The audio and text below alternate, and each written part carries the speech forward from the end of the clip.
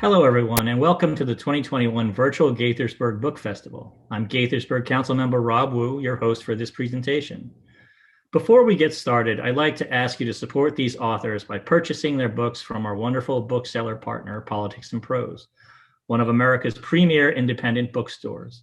You'll find purchase links in the presentation description.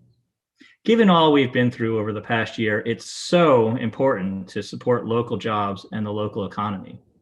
I also want to extend a big thank you to our 2021 feature sponsor, the David and Michael Blair Family Foundation, for their generous support.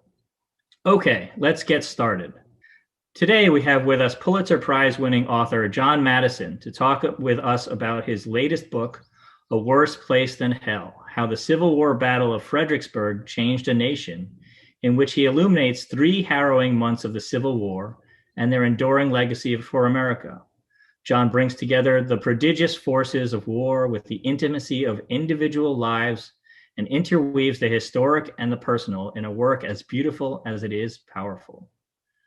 John Matteson received the Pulitzer Prize for Biography for Eden's Outcasts, the story of Louisa May Alcott and her father, and the Anne M. Sperber Prize for the lives of Margaret Fuller.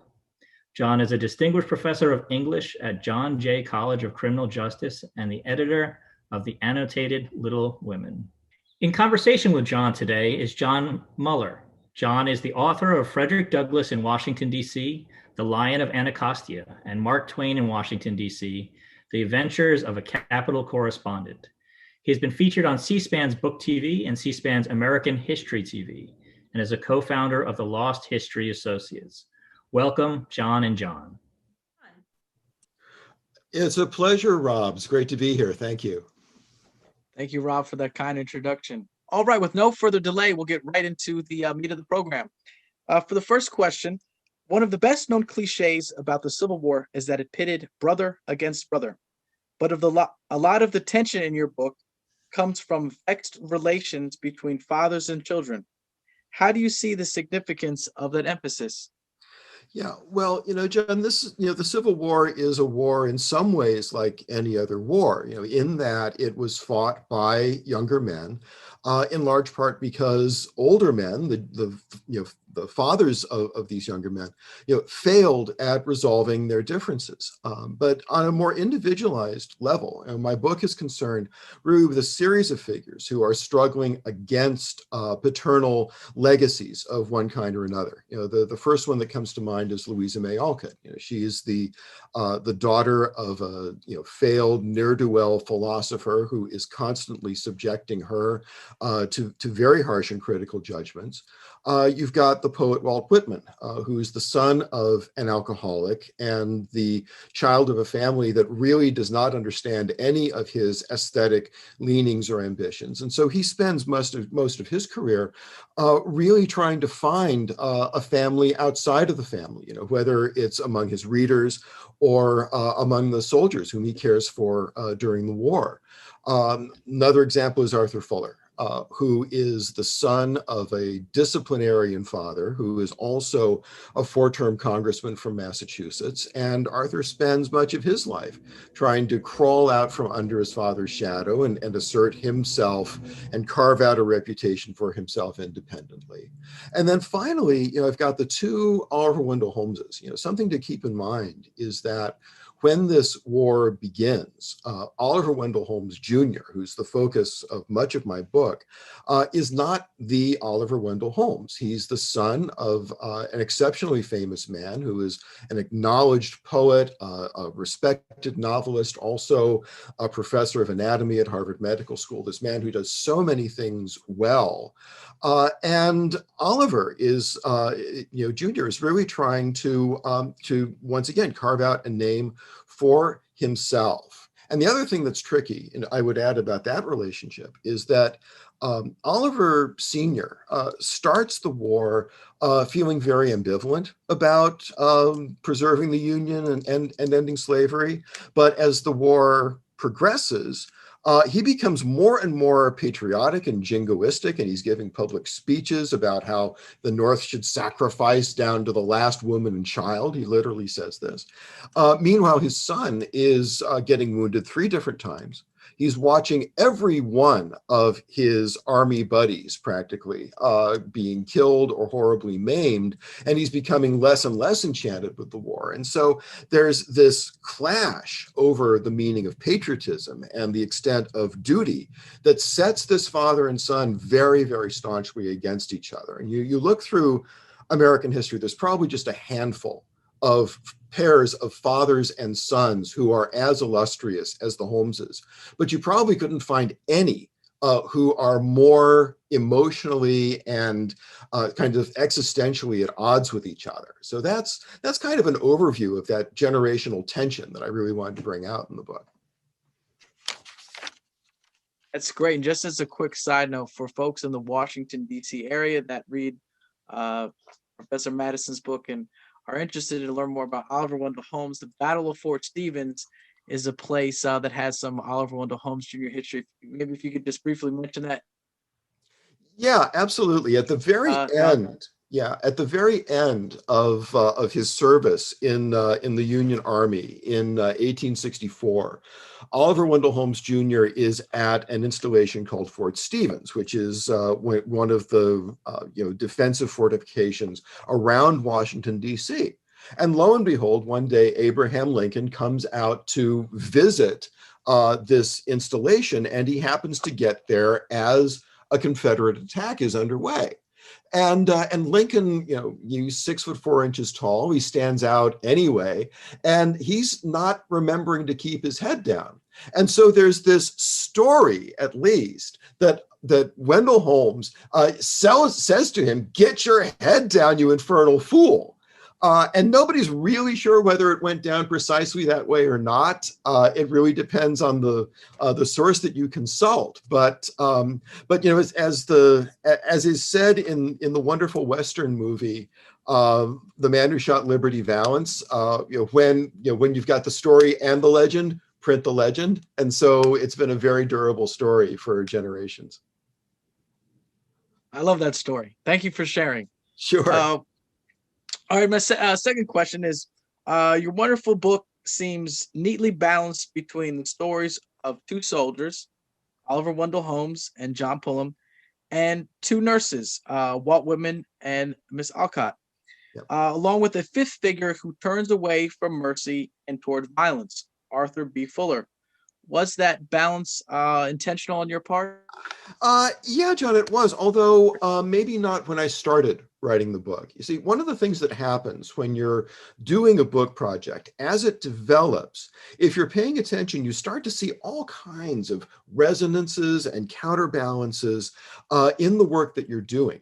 And one of the ones that really popped out for me is this kind of opposition of sort of what you might call yin and yang forces in the book. You've got traditionally feminine forces of nurturing and compassion bouncing off of the masculine energies of the battlefield.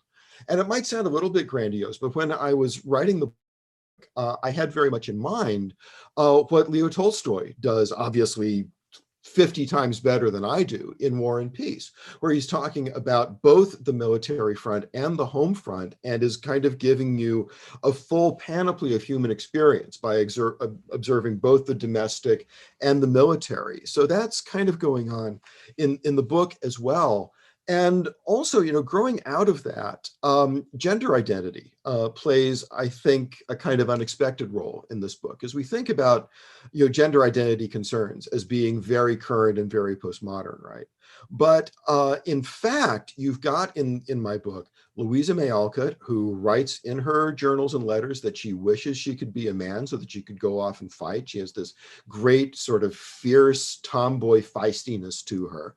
You've got Walt Whitman, who is a gay poet in a rather intolerant society, and Arthur Fuller, who, as it turns out, is a very frail man, prone to illness, who is desperate to prove his manhood, and so these kinds of misfit qualities and vulnerabilities arising from gender identity, they contain a lot of emotional tension, and it's the kind of stuff that an author just loves to see because it adds so much vibrancy to the work that you're doing.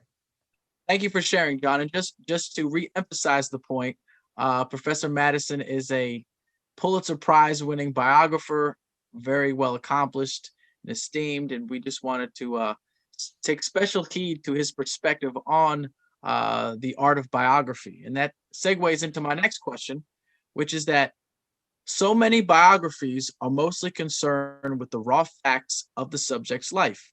What do you think should be the aims of biography? Well, John, it's been said that biography it's kind of like a novel, and it's been said that a biographer is a novelist under oath. And I think that biographers kind of owe it to their readers to offer more than just a dry, he did this, she did that kind of aesthetically neutral fact dump.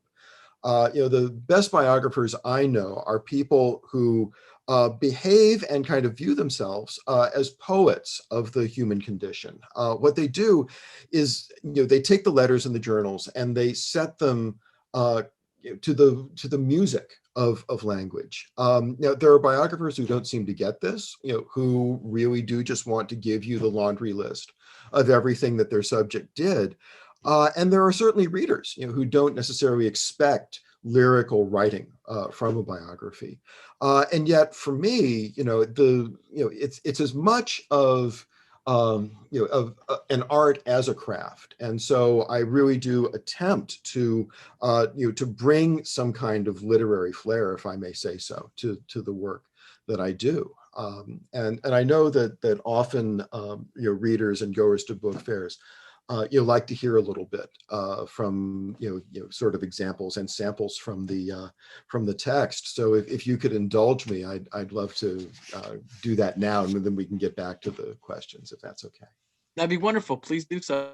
Okay, terrific. So this is at the beginning of the fourth chapter of my book, which takes place in the aftermath of the Battle of Antietam, and I'll just jump into it. As the Battle of Antietam drew toward its close, a lone Union officer was observed wandering the battlefield. He had with him, impaled upon his sword, an immense quantity of salt pork, a burden that had him in a dreadful quandary. He explained to another man that the pork had been dispensed as the ration for his company. He did not know what to do with it because all the other men in his company had been killed.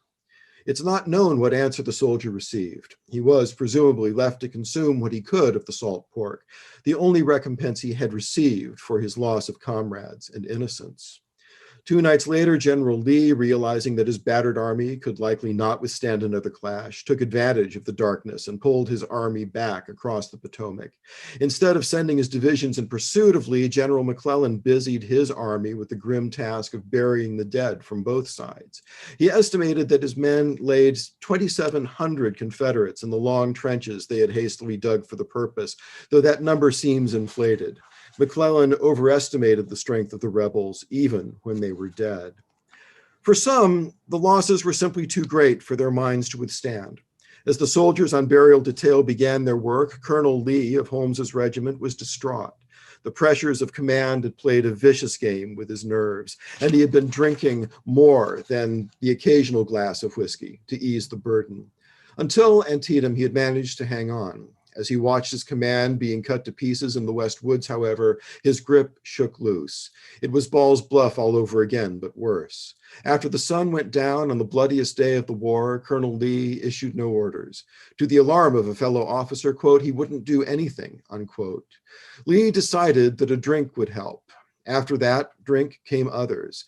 The next morning, he mounted his horse and simply rode away. He didn't bother to request a formal leave.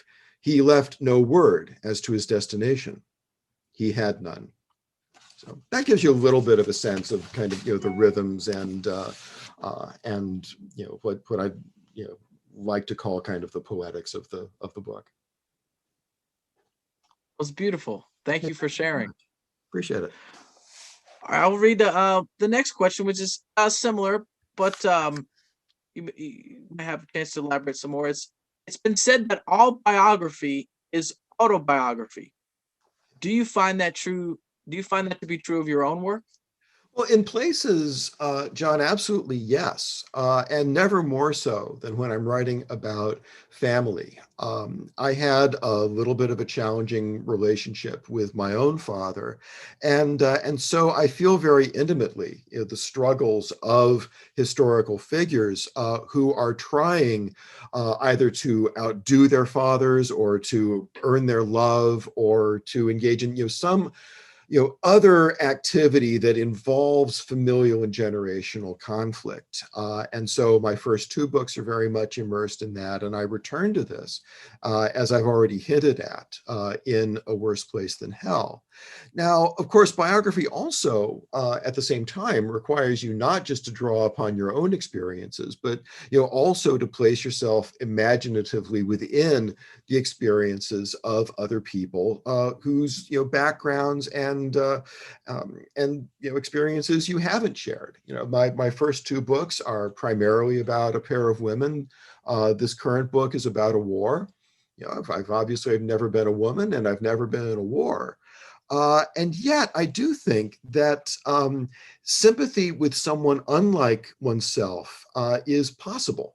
Sympathy in the literal sense of the word. I love going back to the root meanings of words, and sympathy means feeling together to the extent possible and necessary. And so, writing for me is obviously an intellectual task, but it's also an emotional task. Not only getting the words onto the paper, but to get the emotions into the paper or onto the paper, and the feelings that drove and motivated and thwarted the people I work on. That's great. That's great. It's a good word for all young aspiring writers as well as established writers. The next question, and feel free, Don, too, if you would like to read another excerpt at some point. Which part of biography matters to you the most? The process of being a historian as detective, or the literary process of writing it and telling the story? Oh, the writing, definitely. I very much enjoy digging around in archives and the thrill of finding new, unprecedented, undiscovered information is utterly fantastic. But I find, John, that when I'm doing the research, I can get almost unbearably impatient, as I'm leafing through the letters and so on, because my mind is just firing off as I'm seeing these things, and I can't wait to get back to the computer and to feel those words flow out of me. And I'm often, as I'm doing my research, I'm thinking already in terms of tone. How am I going to express these things that I found in the way that's going to render them most effective? So for me, yeah, I think of myself as more of a writer, but obviously the research is indispensable as well. You are, as I mentioned before, an award-winning author, professor, and you have a couple previous books under your belt. You've written a full biography of Louisa May Alcott. Did it make it easier or harder to approach her for a second time in A Worse Place Than Hell? Oh, that's a great question, John. And it was definitely more difficult because I felt that I had really gotten Louisa May Alcott close to right in the first book that I wrote.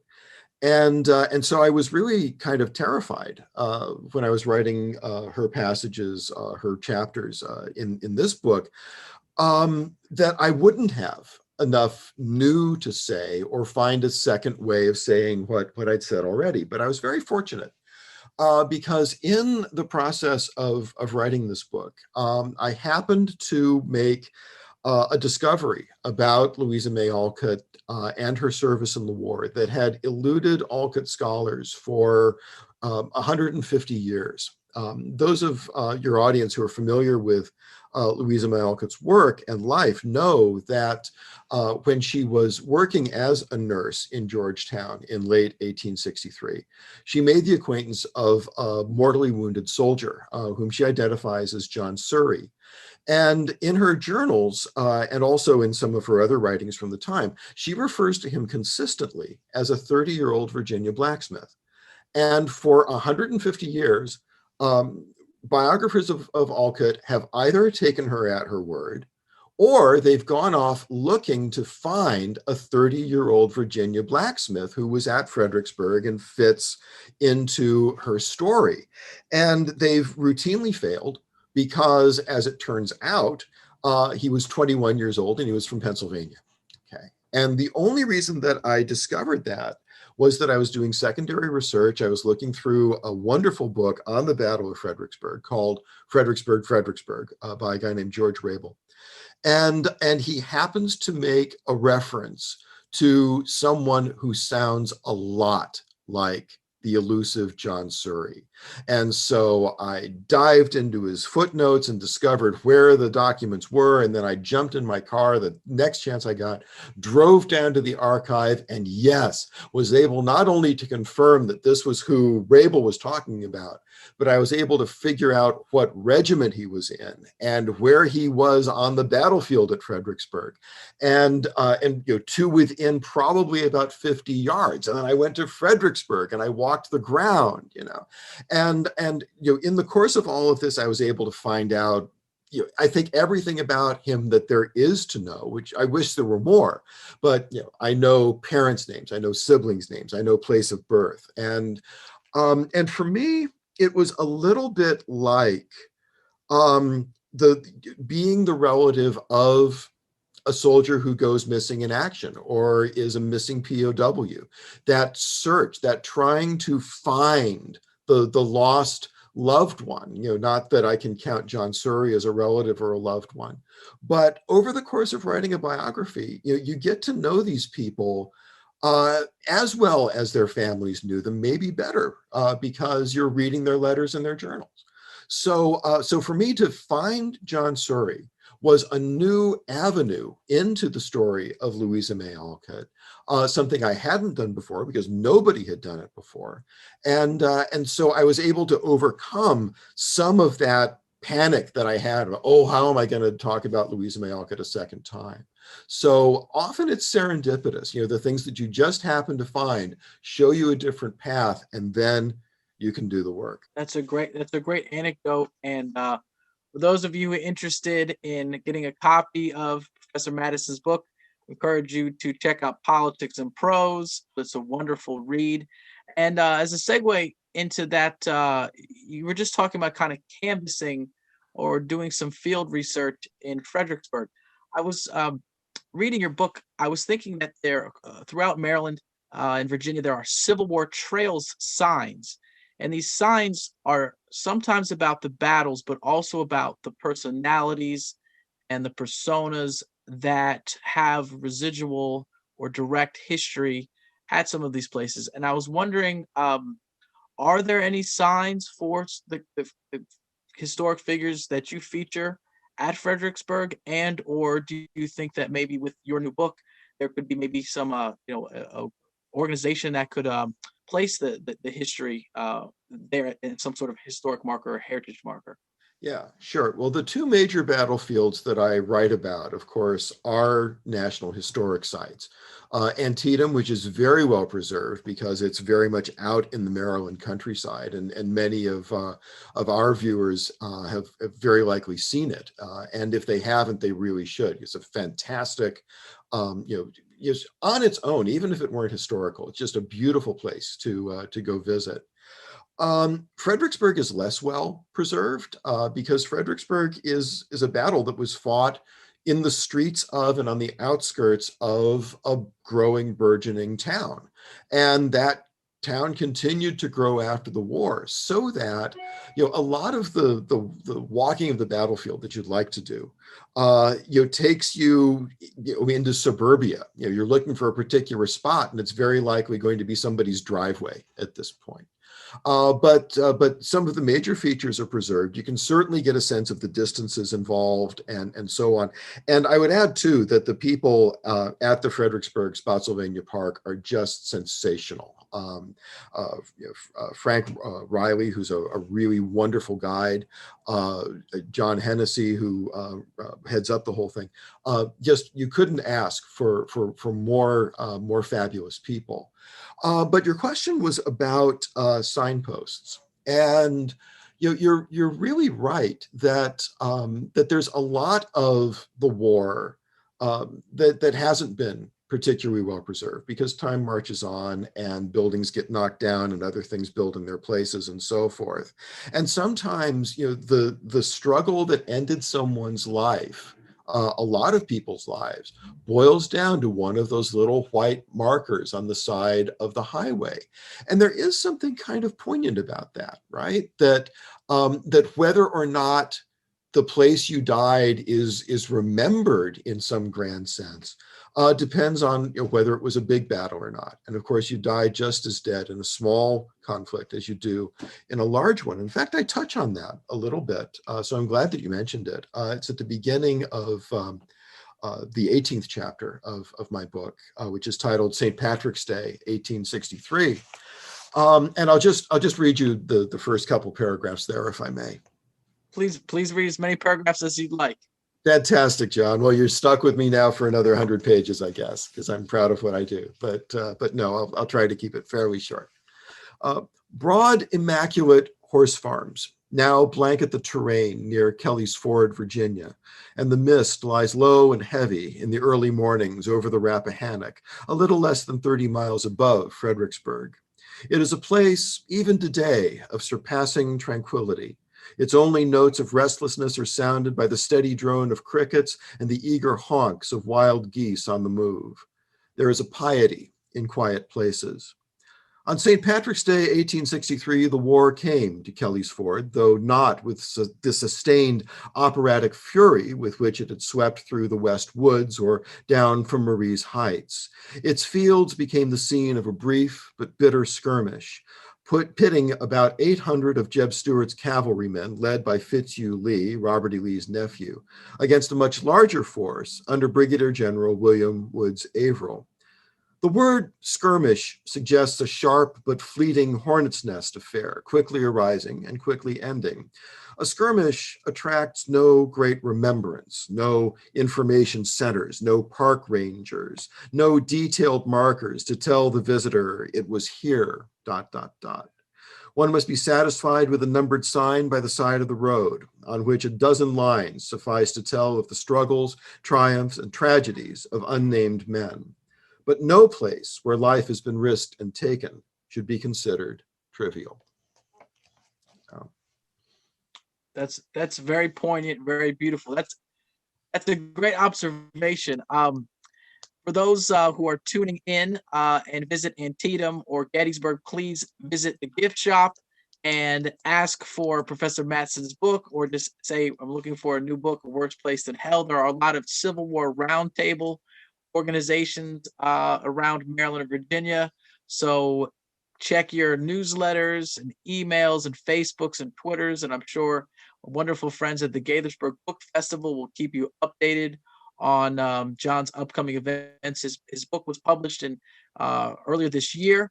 And what has been, John, the reception of kind of Civil War Roundtable, or kind of some of the Battlefield Trust Group? Because the Civil War is there's so many different organizations, and I'm thinking that your book is an important contribution. Hey, thanks very much. I hope it's a good contribution. Obviously, we're living in a rather interesting moment in which to be publishing a book. One of the reasons that you and I are doing this online instead of face-to-face is, of course, the ongoing pandemic. And I'd urge everybody out there to get their vaccinations and wear those masks, and we'll eventually beat this thing. So this is the kind of book that I think kind of starts with a slow burn. That it starts with, a review here, a review there, and gradually, if you're lucky and all of the tumblers tumble, it acquires a kind of a momentum and a kind of word of mouth buzz, and people in the Civil War world start attaching themselves to it. And so what I've seen thus far, and the book has been out just a little less than 2 months, is that there is that kind of a slow burn taking place, that it started with some nice pre-publication reviews, The Wall Street Journal was kind enough to make it its lead review in the middle of February in their weekend edition.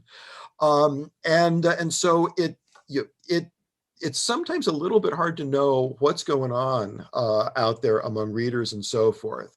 But then emails start trickling in, right? And you start hearing from people who are kind enough to say, I really liked your book. Sometimes you hear from people who say, oh, you got something wrong on page 57. And I'm happy to hear that as well.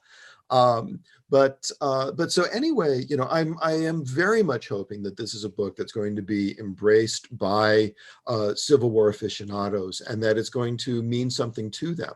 And I hope it's going to mean something to them, maybe a little bit different from your typical military history, because while it's very important to have the facts of a battle and to get those right, things can get a little bit dry, I think, if all you're talking about is, and then the 17th Indiana moved 400 yards forward.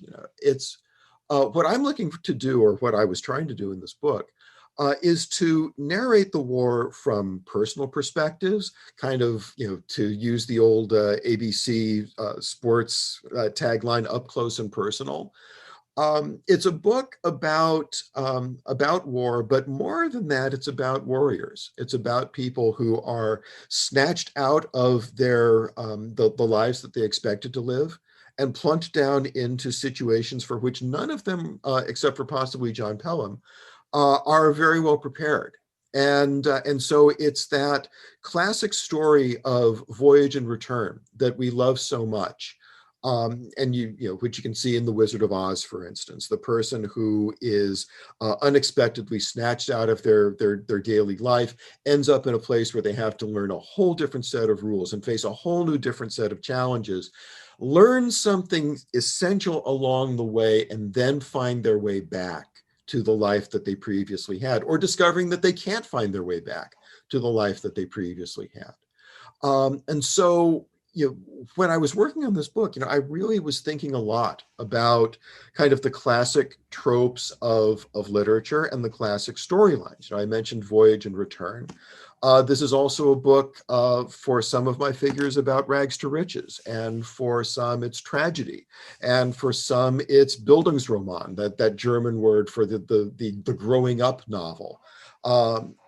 So all of these 5 people are discovering aspects of themselves that they never knew before. And some of them are destroyed by the experience. Some of them are transformed by it. They're all transformed by it, but some of them go on from it to be icons of American literature and history, like Holmes and Alcott and Whitman.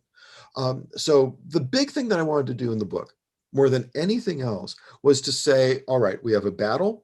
It matters from a military perspective, but it also matters from a cultural perspective, because if it had not been for this battle and the way that it affected the 5 people I write about, we would not have Little Women. We would not have Walt Whitman's great elegy, When Lilacs Last and the Dooryard Bloomed. Oliver Wendell Holmes's career as a lawyer and judge would be unrecognizable were it not for these forces that bear upon them because of Fredericksburg and the larger experience of the war.